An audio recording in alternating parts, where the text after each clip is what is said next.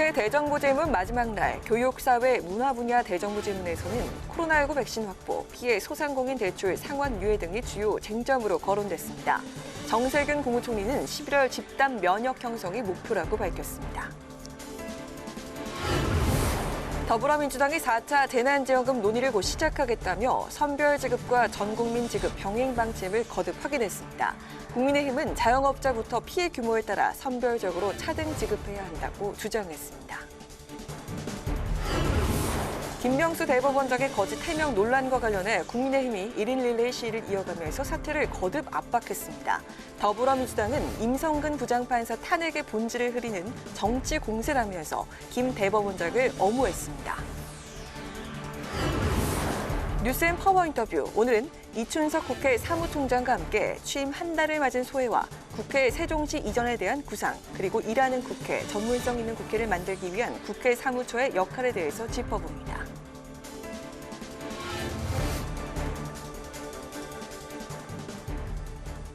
여러분 안녕하십니까? 2월 8일 의정종합뉴스 뉴스엔 시작하겠습니다. 오늘은 대정부 질문 중계 관계로 조금 늦게 시작합니다. 국회 대정부 질문 마지막 날인 오늘 교육, 사회, 문화 분야에서 여야는 코로나19 백신 확보 등을 두고 공방을 벌였습니다. 정세균 국무총리는 제때 필요한 백신 물량을 확보하는 것이 정책의 핵심이라고 밝히고 11월에 집단 면역 형성을 기대했습니다. 보도에 박지영 기자입니다. 더불어민주당은 이달 말부터 공급 예정인 코로나19 백신의 접종 준비 상황을 점검했습니다. 또 코로나19 백신 예산을 당초 한 푼도 편성하지 않고 백신 조기 확보에 실패했다는 야당의 주장도 반박했습니다. 조기 확보에 실패했다, 이런 야당의 주장은 어떻습니까? 양도 너무 작아도 안 되지만 넘치면 또 폐기해야 되지 않습니까? 그래서 제때에 필요한 양을 확보한다고 하는 정책을 가지고 있었는데, 이와 함께 정세균 국무총리는 9월 말까지 국민 70%가 백신 접종을 마치고 11월에는 집단 면역을 형성하는 것이 목표라고 밝혔습니다. 반면 국민의힘은 정부가 코로나19 백신 확보에 소홀했다고 지적했습니다. 국민의 희생으로 이룬 방역 성과와 국산 백신 개발 효과를 낙관하다 해외 백신 도입을 안일하게 판단한 것 아니냐고 따졌습니다. 백신의 확보는 빠를수록 좋답니다.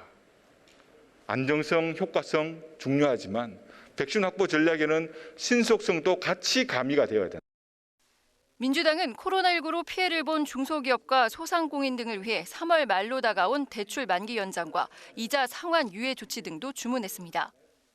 대출 만기를 연장해달라, 이자 상환을 유예해달라고 이제 3월이 만기가 오는데요. 이 부분은 연장이 획기적으로 필요한데, 금융위에서 금융기관들과 긴밀하게 소통을 해서 현재 우리 기업들이 처해 있는 어려움에 대해서 아마 외면하지 않을 것으로 그렇게 보고 있습니다. 국민의힘은 문재인 정부의 실정과 대통령에 대한 평가를 두고 정세균 국무총리와 설전도 벌였습니다. 레카 대통령이라는 소리 들어봤습니까? 문재인 대통령이 생색을 낼 때나 쇼가 필요할 때는 교통사고 날 때 레카가 빨리 오잖아요. 그런 대통령이다, 이런 소리가 있습니다. 서초 구민들이 부끄러워하시지 않도록 좀 해주십시오.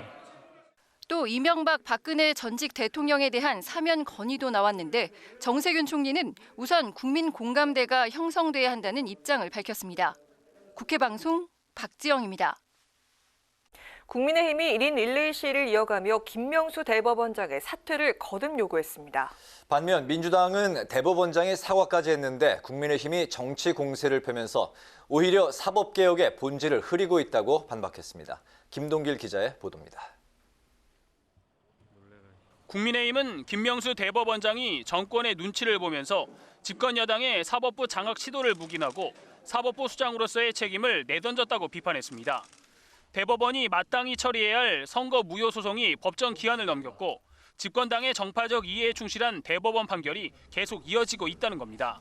우리는 진작에 김명수 대법원장이 대법원장으로 있는 동안에 여러 가지 문제점을 백서로 만드는 작업을 하고 있습니다만은 조금이라도 부끄러움을 안다면 당장 사퇴하기 바랍니다. 주호영 원내대표는 김명수 대법원장이 사퇴할 경우 문재인 대통령이 6년 임기에 새 대법원장을 임명할 것이라는 일각의 우려에 대해서는 아무 관계가 없다며 사법부의 독립을 해치고 중립적이지 않은 대법원장을 더 이상 그냥 둘 수는 없다고 밝혔습니다. 국민의힘은 김 대법원장이 사퇴할 때까지 대법원 앞에서 1인 시위를 이어간다는 방침입니다. 민주당은 야당의 공세에 최대한 대응을 자제하면서 김 대법원장을 엄호하고 있습니다. 대법원장이 이미 사과까지 했고 이번 사안이 대법원장의 사퇴까지 이어질 만한 사안은 아니라는 판단입니다. 민주당은 오히려 국민의힘이 사법개혁을 후퇴시키고 있다고 반박했습니다. 김 대법원장의 발언을 빌미로 임성근 부장판사의 탄핵 소추 본질을 흐리고 있다는 겁니다. 또 대법원장과의 대화를 녹음한 임 부장판사를 향해 비판의 화살을 돌렸습니다. 신뢰를 저버리고서 기소나 판결에 대해 무조건적으로 존중하라는 것은 존중받기를 강요하는 일종의 폭력입니다. 민주주의에 반하는 태도입니다. 이런 가운데 현직 판사들의 익명 게시판에는 김 대법원장의 책임을 묻는 글들이 이어졌고 대한변호사협회 전직 회장 8명도 사퇴를 요구하는 성명을 발표했습니다. 국회방송 김동길입니다. 설 연휴가 끝나면 정치권에서 4차 재난지원금 지급 논의가 본격화할 것으로 보입니다. 지원 방식이 쟁점인데 더불어민주당은 전 국민 지급과 피해계층 지원을 동시에 검토 중인 반면 국민의힘은 피해 규모에 따라서 선별 지급해야 한다고 주장했습니다. 김희연 기자의 보도입니다. 더불어민주당은 설 연휴가 끝나면 4차 재난지원금 관련 당정 협의를 열어 논의를 서두르겠다고 밝혔습니다. 저는 늦지 않게 충분한 규모의 추경을 편성하겠다고 국민께 약속드렸습니다. 당정 협의를 서두르겠습니다. 민주당은 전국민 지급과 피해계층 집중 지원 두 가지를 동시에 지급하는 방법을 검토하고 있습니다. 다만 코로나 상황에 따라 시기가 달라질 수 있습니다. 최인호 수석 대변인은 최고위원회의가 끝난 후 기자들을 만나 코로나가 진정되면 동시에 진행할 가능성이 크고 코로나 상황이 지속되거나 나빠지면 선별 지원이 우선될 수 있다고 밝혔습니다. 국민의힘은 4차 재난지원금을 영세 자영업자부터 피해 규모에 따라 선별적으로 차등 지급해야 한다고 강조했습니다. 재난지원금은 누구나 나눠주는 선거자금이 아니라 재난을 당한 사람들의 생계자금이 되어야 할 것입니다. 김 비대위원장은 또 재원 마련과 관련해 국채 발행보다는 정부가 허리띠부터 졸라매야 한다고 강조했습니다. 558조 원 중 어느 정도 조정이 가능한 재량 지출이 292조 원인데 10%만 절감하면 국채 발행을 최소화하면서도 29조 원을 확보할 수 있다고 주장했습니다. 여야는 정부의 수도권 영업 제한 연장 결정에도 이견을 보였습니다. 자영업자들의 반발이 커지고 있는데 민주당은 사회적 거리두기 개편을 언급했고 국민의힘은 정부 대응에 문제가 있다고 비판했습니다. 김태년 민주당 원내대표는 즉각 해지하고 싶지만 냉정한 방역 현실을 직시하지 않을 수 없다며 설 연휴 이후 사회적 거리두기 체계를 보다 합리적으로 개편하겠다고 밝혔습니다. 김종인 국민의힘 비대위원장은 정부가 국민의 생존권을 침해하면서 지원은 찔끔하고 있다며 영업 제한 조치 전에 손실보상 계획부터 수립해야 한다고 강조했습니다. 국회방송 김희연입니다. 4.7 재보궐선거를 2달여 앞두고 각 당 예비 후보들의 움직임이 빨라지고 있습니다. 서울시장 보궐선거전이 특히 치열한데요. 여야의 서울시장 여성 후보인 민주당 박영선, 국민의힘 나경원 예비 후보는 서로 견제에 나섰고 이번 보궐선거의 최대 변수인 야권의 단일화에 이어서 범여권 단일화도 계속 추진되고 있습니다. 장정현 기자가 보도합니다.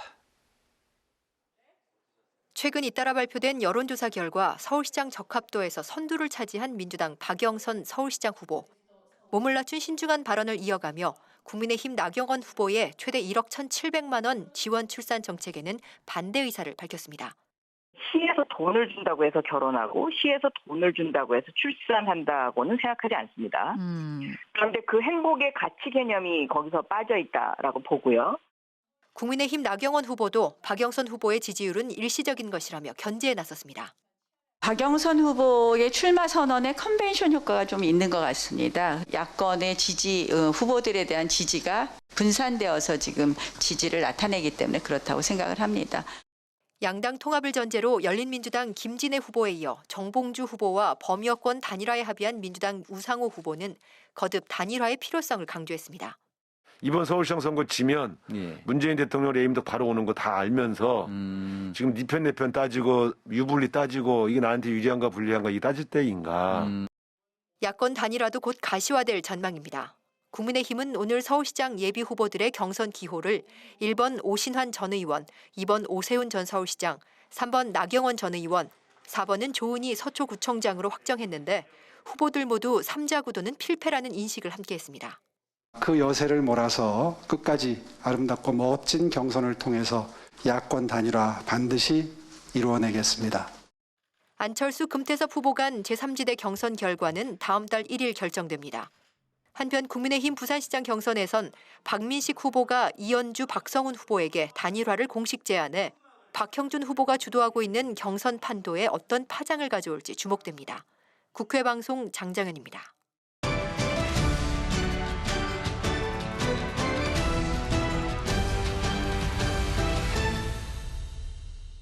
네, 이슈 분석 강민지 기자와 함께합니다. 강 기자, 어서 오십시오. 어서 오세요. 네. 이재명 경기지사가 기본소득이 현실성이 없다는 비판에 반박하는 글을 이제 연일 올리고 있는 상황인데요.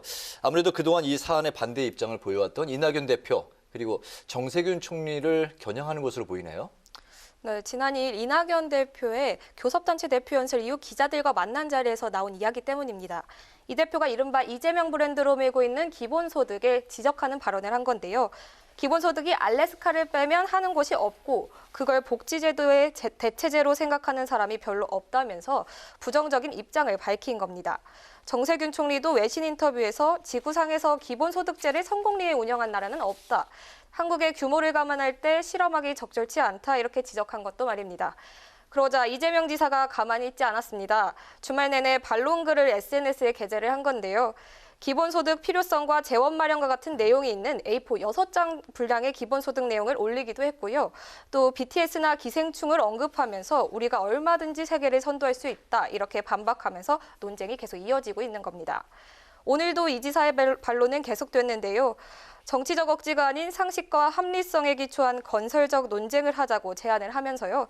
1인당 연간 100만 원은 결단만 하면 수년 내 가능하다면서 오히려 이해하기만 하면 국민들은 찬성할 거다 이렇게 강조했습니다. 이 대표는 반면 오늘은 말을 아끼는 분위기입니다. 언론 인터뷰에서도 학계나 정계에서 본격적인 검증이 있을 것이라고 생각한다. 대안은 충분히 될 수 있을 거다 이러면서 구체적인 언급은 피하는 분위기입니다. 네, 이낙연 대표와 또 이재명 지사 그리고 정세균 총리까지 민주당 내에서 대권 후보잖아요. 대선이 얼마 남지 않은 만큼 정책 대결이 시작됐다고 봐도 될까요? 네, 그렇게 보입니다. 대선 이제 1년 남았는데요. 2달 이후에 있을 서울, 부산 보궐선거가 끝나면 본격 대선 체제가 가동될 것으로 보입니다. 그런 만큼 각 주자들의 선명성 경쟁이 본격화되는 것 같습니다. 이낙연 대표도 지난주 교섭단체 대표 연설에서요. 이 지사의 기본소득에 맞서는 신복지제도를 발표하면서 대선 승부수를 띄웠습니다. 사실 지난해 말부터 신복지체계 구상을 다듬어 왔는데요. 당내 연구팀도 발족해 복지체계 모델 연구를 해온 것으로 알려졌습니다. 친문재인계 의원들이 주축이 된 당 싱크탱크인 민주주의 4.0에서 관련 세미나를 열기도 했고요. 오늘도 이 대표가 정책의 단계별 로드맵 설정을 위한 범국민특별위원회를 설치를 제안하면서 다시 한번 강조했습니다. 네, 방금 말씀하신 이낙연 대표의 그 신복지제도 좀 더 자세히 좀 들어볼까요? 네, 이제 국민생활기준 2030인데요. 2030년까지 전 국민이 인간다운 삶과 중상층에 걸맞는 삶을 달성하자. 이게 목표입니다. 소득에 국한하지 않는 삶의 모든 영역에 안전망을 마련하자는 게 목표인데요. 기존 복지제도에 들어가는 예산을 빼내서 이제 따로 기본소득을 지급하는 것은 적절치 않다. 이런 것으로 풀이가 됩니다. 구체적으로 현재 만 7세까지 지급하는 아동수당을 18세까지 확대를 하거나 전국민 상병수당을 도입하는 내용들이 담겼습니다. 이 대표는 특히 이번 구상이 김대중 정부와 노무현 정부 그리고 문재인 정부의 복지제도를 계승한다는 점을 강조했고요. 신복지제가 자신만의 정책 브랜드를 넘은 당 정책 비전이라면서 추후 자신의 대선 주요 공약임을 숨기지 않았습니다. 네, 정세균 총리의 대선 출마 가능성이 얼마나 있을지도 궁금하고요. 또 정세균 총리의 정책은 뭐라고 보시는가요?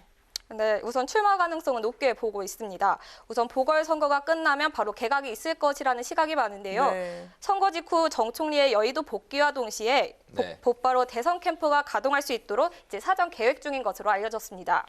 정 총리도 외신 인터뷰에서 출마를 할지 안 할지 몰라서 답변을 할 수가 없다 이러면서 출마 여지를 남겨뒀는데요.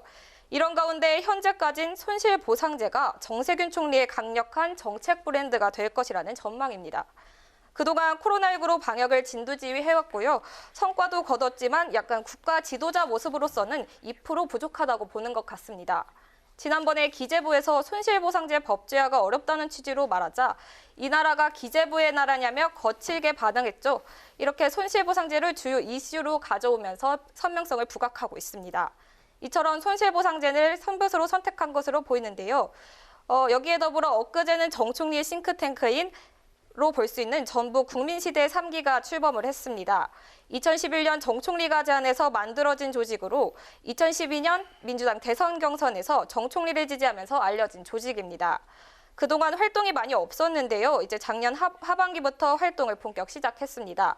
이게 대권 행보가 본격 시작되는 것으로 보이죠.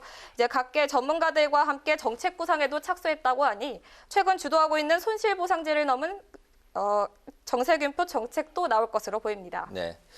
또 그 원희룡 제주도지사와 임종석 전 청와대 비서실장도 오늘 이재명 지사의 기본소득에 대해서 정면으로 이제 반박을 했는데요.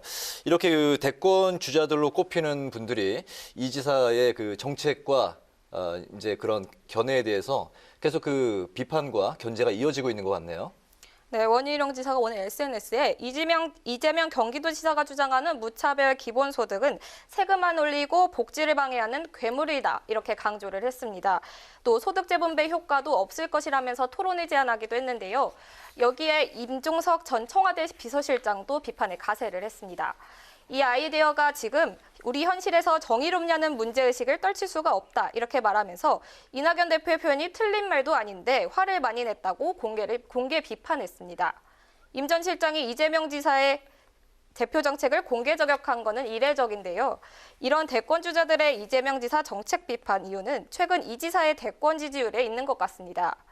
5일 한국갤럽이 조사한 차기 대권주자 선호도 조사에서 이재명 경기도지사가 27%로 최고치를 경신했습니다. 이낙연 대표 10%, 윤석열 검찰총장 9%를 크게 앞선 수치죠. 이 지사가 최근 경기도민 한 명당 지역화폐 10만 원씩 지급하는 1차 재난지원금에 이어 2차 재난지원금도 지급을 하고 있는데요. 이것이 지지율 상승에 영향이 있었던 것으로 분석을 하고 있습니다. 해당 재난지원금에 경기도 재난기본소득이라는 이름을 붙이기도 하면서요. 이렇게 기본소득 실험이 구체화될수록 이 지사의 브랜드가 커질 수밖에 없습니다. 그래서 대권 주자들의 이런 전략적 견제 계속될 것으로 보입니다. 네, 그렇군요. 오늘 이슈 분석은 여야 대권 주자들의 정책과 그에 대한 서로 간의 견제들에 대해서 살펴봤습니다. 강민지 기자 잘 들었습니다. 네, 고맙습니다. 제주 4.3 사건의 진상규명과 피해자 보상 등을 위한 제주 4.3 특별법 개정안이 오늘 국회 행정안전위원회 법안심사 소위를 통과했습니다. 그동안 정부와 여야가 이견을 보였던 배상과 보상 문제 등에 대해서 큰 틀에서 의견 접근을 본 만큼 본회의 처리는 무난할 것이라는 전망이 나오고 있습니다. 홍혜진 기자가 전합니다. 제주도민의 오랜 수건이었던 제주 4.3 특별법 개정안의 국회 처리가 가시권에 들었습니다.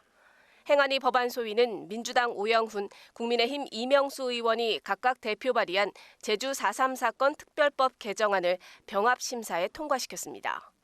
야당이 난색을 표했던 국가 배상 문제에 대해선 법안에 배보상을 명시하지 않는 대신 의무 조항으로 필요한 기준을 마련하도록 했습니다.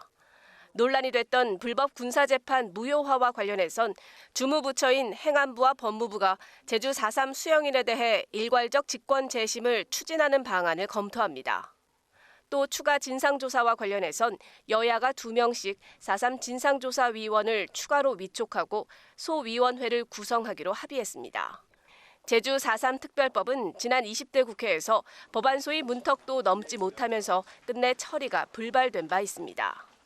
하지만 정부 여야가 이견을 보였던 쟁점들이 접점을 찾아가면서 처리 가능성에 파란불이 켜진 셈입니다. 4.3 단체 등이 배보상을 명시하지 않은 데 대해 추가 수정을 요구할 가능성이 있지만 큰 틀에서 의견 접근을 본 만큼 합의는 무난할 것으로 보입니다.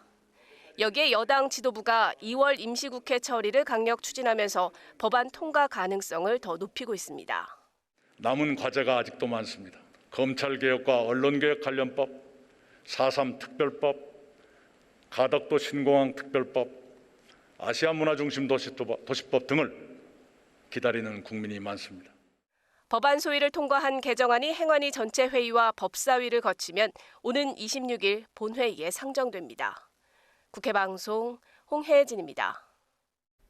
국회 외교통일위원회는 오늘 전체 회의를 열고 정의용 외교부 장관 후보자에 대한 인사청문 경과 보고서를 야당의 반대 속에 채택했습니다. 더불어민주당은 납득할 수 없는 사유로 정쟁을 유발하기 위한 채택 거부는 제1야당이 취할 태도가 아니라며 단독으로 인사청문 보고서를 채택했습니다. 국민의힘은 정 후보자는 현 정부의 외교 안보를 파탄낸 장본인으로서 책임을 지는 것이 마땅한데 다시 외교부 장관이 되겠다는 것은 매우 부적절하다며 회의장을 퇴장했습니다. 민주당 미디어 언론 상생 TF 단장인 노웅래 최고위원은 오늘 최고위원 회의에서 언론도 허위 왜곡 정보를 악의적으로 기사화해 피해를 줬다면 징벌적 손해배상이 필요하다고 강조했습니다. 다만 손해배상 대상에 언론이 포함되는지에 대해서는 여러 가지 해석이 있는 만큼 TF가 이번 주 회의에서 명확히 하겠다고 밝혔습니다. 앞서 민주당 미디어 언론 상생 TF는 유튜버를 비롯한 인터넷 이용자가 고의성이 있는 거짓 불법 정보로 피해를 입힌 경우 배상을 청구할 수 있도록 하는 정보통신망 개정안을 2월 임시국회 처리 법안으로 선정했습니다.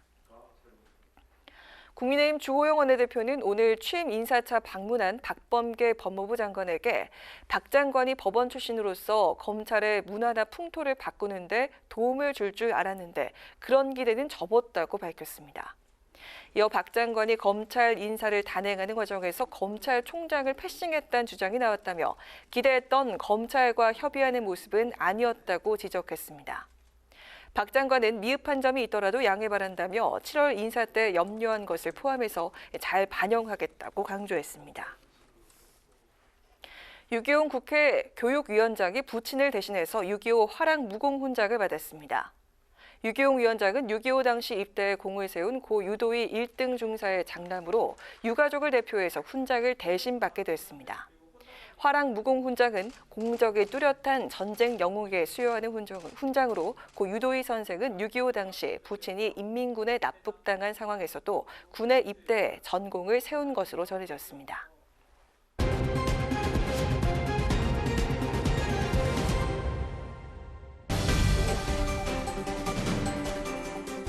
강하락의 정치톡 시간입니다. 2월 8일 시선을 집중시킨 정치 뉴스는 무엇이었는지 지금부터 만나보시죠. 오늘의 첫 번째 정치톡, 손 큰 할머니와 함께입니다. 문재인 대통령 부인 김정숙 여사가 설을 앞두고 오늘 어린이 동화 구연에 나섰는데요. 코로나19 속에서 명절을 맞이할 어린이들에게 설이 갖는 따뜻한 나눔의 의미를 전하기 위해서 마련됐다고 합니다. 김정숙 여사가 들려주는 동화 속 이야기는 어떤 내용이었을까요? 오늘 친구들에게 소개해줄 그림책은 손 큰 할머니의 만두 만들기입니다. 아주 손이 큰 할머니가 있습니다. 무엇이든지 엄청 많이 엄청 크게 하는 할머니입니다. 할머니, 이번 설날에도 만두 많이 만드실 거죠? 물론이지. 그래야 다 같이 나눠 먹잖니. 네, 김정숙 여사가 구현한 동화는요, 최인선 작가의 손 큰 할머니의 만두 만들기였습니다. 손 큰 할머니가 설날을 맞아서 숲속의 동물들과 함께 세상에서 제일 큰 만두를 만들어 배고픈 동물들 모두 모여 배불리 만두를 먹었다는 내용으로 나눔이 주는 행복을 전하고 있는데요. 6분 30초 분량의 영상으로 만들어진 이 구연 동화는요, 오늘 오전에 김정숙 여사가 명예회장을 맡고 있는 사회복지 공동모금회 홈페이지와 유튜브 계정을 통해서 공개가 됐습니다. 1인 다역을 구현한 김정숙 여사는 동화 분위기에 맞게 생활한복을 입고 청와대 상춘제에서 영상 촬영을 진행한 것으로 전해졌습니다. 청와대는 김 여사는 앞으로도 어린이들과 함께 나눔으로 희망을 만드는 활동을 계속해 나갈 것이라고 말했습니다. 설날 만두의 나눔의 정신을 담은 동화, 손 큰 할머니의 만두 만들기. 아이들을 위한 동화를 넘어서 힘겨운 일상 속 잊혀져가는 나눔의 의미를 우리 모두에게 다시 일깨워주는 그런 내용이 아닐까 싶네요. 이어서 오늘의 두 번째 정치톡, 우병이어의 기적입니다. 우병이어, 성경에서 예수가 일으킨 기적 중에 하나죠. 예수가 5개의 떡과 2마리의 물고기로 5,000명을 먹였다는 데서 나온 말입니다. 이 오병이어의 기적이 오늘 정치권에 등장했는데요. 어떤 내용이었을까요? 특히 황희 문체부 장관 후보자는 월 60만 원만 가지고 살아가는 특수한 능력의 소유자이기 때문에 그 능력이 어디서 오는지 제대로 잘 좀 검증해 주시기를 바라고. 국민의힘은 황희 문체부 장관의 수천만 원대 자녀 학비, 해외 가족여행 경비 등 각종 생활자금의 출처를 둘러싼 의혹을 놓고 집중 공세를 펼쳤습니다. 특히 황 후보자의 60만 원 생활비 해명을 놓고 송곳 검증을 예고했는데요. 국민의힘 배준영 대변인은 황 후보자가 오병이어의 기적을 보여주고 있다며 황 후보자의 투철한 절약 정신을 따르면 3인 가족이 월 60만으로도 살림을 꾸릴 수 있고 매년 해외여행도 다닐 수 있으며 자녀를 수업료만 연 4,200만 원인 외국인 학교에도 보낼 수 있다고 비꼬았습니다. 배 대변인은 이어 보좌진 10명과 함께한 9일간의 스페인 출장 경비로 577만 원의 정치 자금만 지출했다는 설명에 대해서는 이 정도면 문체부 장관이 아니라 기재부 장관으로 등용돼야 하는 것이 아닌가라고 꼬집으면서 인사청문회에서 오병이어 장관의 실체를 국민 앞에 낱낱이 밝혀드리겠다고 강조했습니다. 황희 문체부 장관 후보자 각종 생활자금 의혹과 본회의 중 병가를 내고 해외 가족여행을 다녀온 것이 드러나면서 논란을 빚고 있습니다. 야당이 송곳 검증을 예고하고 있는 내일 청문회에서 황 후보자는 오병이어의 기적에 대해서 해명할 수 있을까요? 이어서 오늘의 세 번째 정치톡. 허경영의 길목전법입니다. 국민의힘 나경원 서울시장 예비후보의 결혼, 출산 1억 원 보조금 공약을 두고 나경영이라는 신조어까지 등장하는 등 논란이 이어지고 있는 가운데 이를 흐뭇하게 바라보는 이가 있습니다. 바로 서울시장 예비후보 허경영 국가혁명당 대표인데요. 허 대표가 반색하는 이유는 대체 무엇일까요? 결혼하면 1억 줘야 된다. 출산하면 출산수당 30년 전에 내가 돈 5천만 원 줘야 된다. 그 내보고 당신 미쳤대. 내가 이런 걸 심각하게 생각하는 정치인을 본 적이 없어. 내 혼자만 지금 소리 지르는 거야. 네, 허 대표 지난 2007년 17대 대선에서 신혼부부 1억 원 제공 공약을 내놓은 데 이어서 이번 서울시장 보궐선거에선 결혼수당 1억 원, 주택자금 2억 원을 무이자 지원하는 결혼 공명제를 하겠다고 밝히는 등 각종 선거 때마다 연애, 결혼, 출산수당 지급을 공약으로 내걸고 있습니다. 결혼하고 아이까지 낳으면 총 1억 1,700만 원의 보조금 혜택을 제공하겠다는 나경원 후보의 공약에 허 대표 자신의 SNS에 필요성을 느끼지요라며 이제야 다른 정치인들이 따라하려고 용쓰고 있다고 말했습니다. 이어 나의 길목전법에 걸려든 것이라면서 기성 정치인들이 허경영의 가장 큰 홍보 요원이 될 것이라고 강조했습니다. 선거 때면 다소 황당해 보이는 공약을 갖고 등장했던 허경영 대표. 하지만 이제는 그가 내건 공약과 일맥상통하는 정책들이 정치권 화두로 떠오르고 있는데요. 예전만큼 허무맹랑하게만 다가오지 않는 허경영식 공약. 국민은 어떻게 바라볼까요? 지금까지 강하락의 정치톡이었습니다.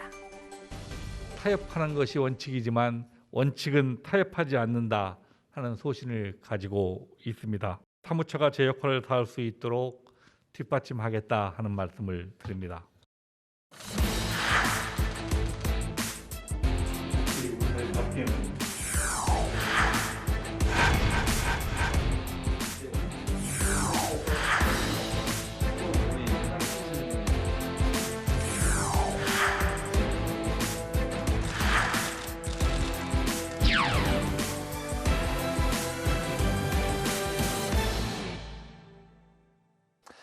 네, 이번 시간은 뉴스앤파워 인터뷰 코너입니다. 2월 임시국회가 시작부터 여야의 격돌로 경색된 모습인데요.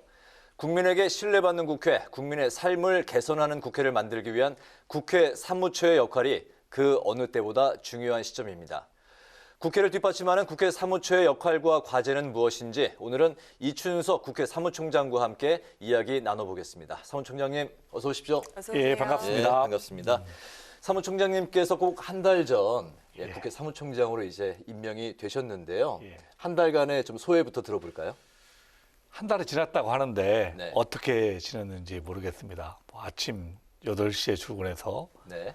한 8시 반쯤 퇴근하는데 국회의원 때는 좀 자유스러웠는데 네. 이 사무총장은 국회 행정적인 부분에 대해 책임을 지기 때문에 네. 완전히 공무원이 됐어요. 그래서 진짜 일을 이렇게 하는 것인지 아니면 우리 밑에 사람들이 저 군기 잡으려고 이렇게 뺑뺑이를 돌리는지 잘 모를 정도로 똥꼬뜰 새 없이 지내고 있습니다. 네, 예. 말씀을 굉장히 격의 없이 예, 소탈하게 해주셔서 굉장히 반갑습니다.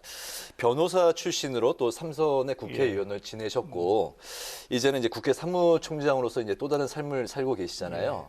국회의원 현역으로 계실 때와 또 국회 살림을 총괄하는 지금 직에 뭐 비록 이제 한 달 계셨지만 어떤 점이 가장 다르게 느껴지십니까? 아마 제가 국회의원을 계속 하다가 사무총장이 됐으면 못 느낄 것을 사실은 국회의원을 3선하고 한번 떨어져서 네. 몇 개월을 지냈거든요.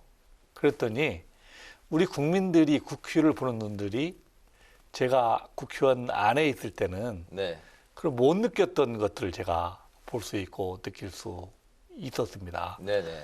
우리 국회의원님들도 마찬가지고 국회를 구성하는 사무처 직원들도 자기들 입장, 자기의 시각을 가지고 국민들을 바라보고 상대방을 설득시키려고 하거든요. 그런데 저는 우리 국민들과 대화하고 더 가까워지려고 하면 우리의 입장이 아니라 네. 국민의 입장에서 국회를 어떻게 바라보는지 이런 시각을 바꿀 필요가 있다. 그래서 제가 요즘에 우리 직원들 조의 시간이나 항상 얘기하는 것이 나의 입장에서 바라지 말고 우리 국민의 입장에서 우리 국회의 모습이 어떻게 될지 네. 이 모습을 항상 바라보라. 이런 얘기를 자주 합니다. 말씀하시니까 이제 더불어서 이제 궁금해져서 이제 드리는데요. 낙선하시고 한 몇 개월 이제 보내셨다고요. 예. 이제 그 국민의 입장으로서 예. 그때 바라보셨던 국회 또 국회의원은 어떤 모습이었나요? 제가 가장 그 지역에서 많이 들을 때가 많이 듣는 얘기가 그거였거든요. 제가 이제 46살 때 국회의원이 돼서 12년을 했는데 저 나름대로는 열심히 하고 네. 그렇게 했다고 생각했어요. 그러니까 당연히 저한테 또 기회가 주어질 것이다 라고 생각했는데 떨어졌어요. 그래서 가만히 사람들 만나서 막걸리도 먹고 얘기를 들어보니까 네.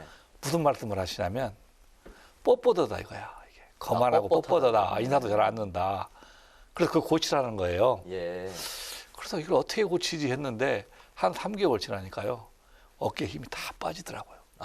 그래가지고 뻣뻣해지지 않아요. 예. 막 겸손해지더라고요. 네. 그래서 지금 현역에 있으신 분들이나 이런 분들 잘 나가시는 분들도 잘 나간다고 생각하지 말고 한 번 정도 그런 아픔들이 있으면 더 오히려 국민들 앞에 우리 주민들 앞에 더 가까이 다가가지 않겠냐 하는 생각입니다. 그래서 그러셨는지 저희 처음에 이제 보실 때 저희한테 인사를 저희보다 더 숙이셔서 90도로 하셔서 깜짝 놀랐습니다. 아, 놀랐습니다. 네네. 네, 또 이번 취임식이 온라인으로 진행이 됐었는데 예. 총장께서 이런 말씀을 하셨습니다. 타협하는 것이 원칙이지만 원칙은 타협하지 않는다. 이렇게 말씀해 주셨는데 의미가 어떤 의미인지 궁금합니다. 네. 그게 제가 국회의원을 하면서 네. 제가 갖고 있던 소신이거든요. 제가 국회의원 12년을 하면서 법사위만 11년을 있었어요. 네. 야당 8년, 여당 4년을 했는데 예. 매번 휴의장에 들어갈 때, 상임위원장에 들어갈 때, 본회의장에 들어갈 때 이럴 때 어떤 생각을 하냐면 어깨에 힘을 딱 주고 들어갑니다. 그래, 오늘 한번 붙자. 그래, 네가 죽든 내가 죽든 한번 붙자. 이렇게 하는 거예요. 네. 그래서 항상 싸우고 이게 갈등 구조를 겪는 거예요. 근데 제가 고민이 많이 들더라고요. 이게 아닌데 그러면서 야, 이게 국회는 이 타협하는 게 원칙이다. 네. 그래서 내가 가지고 있는 본질적인 부분, 원칙만 타협하지 않으면 된다 하는 생각을 갖게 되었어요. 네네. 이렇게 생각하는 것 같아요. 저는 가끔 UFC를 보거든요. 그러면 탁 붙어갖고 한 방에 널리려고 합니다. 네. 그리고 KO를 시키려고 그래요. 한 방으로요. 예. 근데 정치는 UFC가 아니거든요. 네. 이게. 한 방으로 눕히는 게 아니라 승리하는 사람이 6을 가져가면 좀 적은 사람한테는 4를 주고 좀 더 가져가면 네. 7을 가져가고 3을 줘야 하는데 네. 어느 때인가부터 정치가 서로 타협하고 주고받고 나누는 게임이 아니라 UFC에서 하는 것처럼 한 방에 보내려고 하는 그런 정치 풍토가 승자 독식 됐거든요. 같은. 예, 그래서 그런 부분들이 좀 가슴이 아프고 네. 좀 바꿔야겠다. 그러고 저도부터도 아마 박병석 의장님께서 저를 임명한 취지가 그래도 대화를 하고 야당과도 대화하고 여당과도 대화할 수 있기 때문에 이 대화와 타협을 통해서 국회가 네. 어떤 갈등을 양산시키는 곳이 아니라 갈등을 조절하고 녹여내는 그 역할을 감당해달라라는 네. 저는 요구를 받아들이고 그런 역할들을 제 영역 범위 내에서 제 힘 닿는 한 열심히 노력하겠다 하는 말씀을 드립니다. 알겠습니다. 네. 취임식에서는 총장님께서 또 이제 국회 세종시 이전에 대한 이제 입장도 밝히셨는데요. 대한민국과 미래 세대를 위한 새로운 터전을 닦는다는 생각으로 국회 사무처가 세종시 이전에 선도적 역할을 해달라고 이제 주문을 하셨습니다. 세종시 이전에 이제 속도를 내달라는 그런 이제 주문으로 해석이 되는데요. 지금 이제 구상하고 계신 계획은 어떤 건가요? 이 국가의 균형 발전 차원에서 세종시가 신설됐고 네. 세종시가 신설이 됐지만 공무원들만 내려가서 살고 확장되지 않으니까 이제 국회도 옮겨야겠다 하는 생각들을 가지고 있는 거 아닙니까? 네. 그리고 특히 저는 이번 코로나가 코로나 전 시대와 후 시대를 완전히 구분짓는다고 생각을 합니다. 이제 우리나라도 생각도 정책도 법안도 코로나 이후를 대비한다고 생각합니다. 항상 지금 코로나의 발생 숫자를 보면 수도권이 압도적으로 많습니다, 사실은. 네. 인구가 밀집되어 있기 때문이죠. 사실은 국가 균형 발전 차원에서도 필요하지만 이러한 국가 위기 사태에서도 국가가 균형적으로 발전했을 때만 저는 위기를 극복할 수 있다고 생각을 하거든요. 다행히 전번 국회에서 한 147억의 예산안이 편성되고 이번 2월 금식 국회에서 국기법을 논의를 합니다. 그래서 세종시가 이전하는 근거를 마련하거든요. 그래서 제가 사무총장을 얼마까지 할지는 모르지만 적어도 이 국가의 균형 발전을 창원을 위해서 세종시로 내려가는 부분에 대해서 첫 삽 정도는 뜨고 네. 할 수 있는 기반을 좀 만들어야겠다 하는 생각을 가지고 있습니다. 네. 네. 취임하신 지 이제 약 한 달 되셨는데 활발한 활동 펼치고 계십니다. 아까도 뭐 눈코 뜰 새 없이 바쁘다 이렇게 말씀을 해주셨는데요. 지난달 말에 첫 수석 전문위원 간담회를 가지셨죠. 입법 심사 활성화 그리고 청원 심사 내실화 등 좀 전문성 있는 국회를 만들자 이렇게 말씀을 하셨는데 어떤 이유인지 좀 구체적으로 내용을 설명해 주시겠습니까? 그 예전에는 이제 9월달에 정기국회가 시작되지 않습니까? 12월달까지. 네. 그 안에는 짝수달만 임시가 열렸어요. 홀수달은 쉬는 거예요. 해외 나가고 그렇게 해서 국민들한테 이걸 바가지로 얻어 먹는 거죠. 그런데 이번에 여야가 합의를 해서 이 홀수달에도 네. 3월달, 5월달에도 임시를 열게 되고 네. 상임위는 2번 이상, 소위는 3번 이상을 열도록 되어 있거든요. 네네. 그런데 국회의원들이 무지하게 바빠요. 예. 사실 아침부터 현재까지 바빠요. 뭘 하는가는 모르겠지만 엄청 바쁘기 때문에 이 법안에 대해서 충실하게 검토하는 의원들도 있지만 대부분의 경우에 우리 수석 전문위나 전문위원들은 검토 보고서를 많이 참조해요.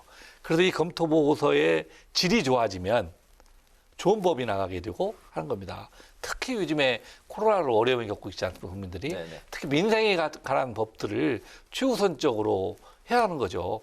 국회의원 니들은 돈 꼬박꼬박 다 받아먹고 공무원들은 돈 다 받아먹고 있지만 네. 사실은 자영업자들 오늘 문 닫을지 내일 받을지 한강변 왔다 갔다 하시는 분 많을 겁니다. 네, 사실은 네. 그런 측면에서 정말 이거 코로나 사태의 위험을 어려움을 갖고 있는 국민들을 좀이라도 보살피기 위해서 우리 의원님도 좋은 법을 만들 수 있도록 우리 국회 사무처가 정말 뒷받침해달라 하는 그런 거고 청원도 그래요.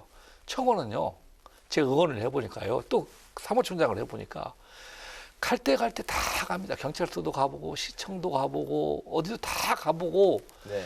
마지막에 오는 것이 국회의원과 국회한테 와요. 그럼 받아보면 해줄 게 없어요. 실제로는. 우리 법과 제도에. 이게 법과 제도를 고쳐야 하는 거죠. 그러면 적어도 법과 제도를 고쳐도 그 사람들의 문제를 해결하지 못하지만 이야기는 들어줘야 하는 거 아닙니까? 내 이야기는. 네네. 안 되더라도 당신 얘기 들었다. 근데 이런 문제점이 있다. 앞으로 우리가 이렇게 고쳐나가겠다. 그런 것에 대해서 안내라도 해줘야 하는 거죠. 네. 결과는 못 이루더라도 그러면 내 마음을 이해해 주는구나. 그래도 의지가 있는가 보구나. 이런 생각도 갖게 되는데 하몽차사예요. 청원 내면 4년 지나서 임기 만료로 폐기. 그렇게 되면 얼마나 황당하시겠어요. 네네. 그래서 그런 청원제들도 저는 그것을 받아들여도 해결하면 좋지만 해결하지 못한다 하더라도 왜 해결을 못하는지 당신의 마음을 우리가 잘 알고 있다는 것을 적어도는 피드백을 해주자는 거죠. 우리 국민한테. 네네. 저는 그런 부분들을 당부드렸습니다. 네, 바로 그 지금 말씀하신 부분들을 제가 좀 여쭤보고 싶었는데요. 그래서 3월부터 일하는 국회법이 이제 시행이 되지 않습니까? 예. 이제 이런 내용도 포함된다고 하는데 국회의원들이 상임위에 출석하는지 국회 이제 홈페이지에도 게시된다는 내용도 이제 포함이 된 걸로 알고 있는데요. 이제 상시국회 체제 정착을 위해서 사무총장님이 만전의 준비를 기해라 이렇게 이제 지시까지도 하신 상태입니다. 이렇게 이제 일하는 국회를 만들기 위해서 사무처의 역할은 어떤 게 가장 중요하다고 생각을 하십니까? 제가 보니까 조직이 사무처 조직이 굉장히 크더라고요, 사실은.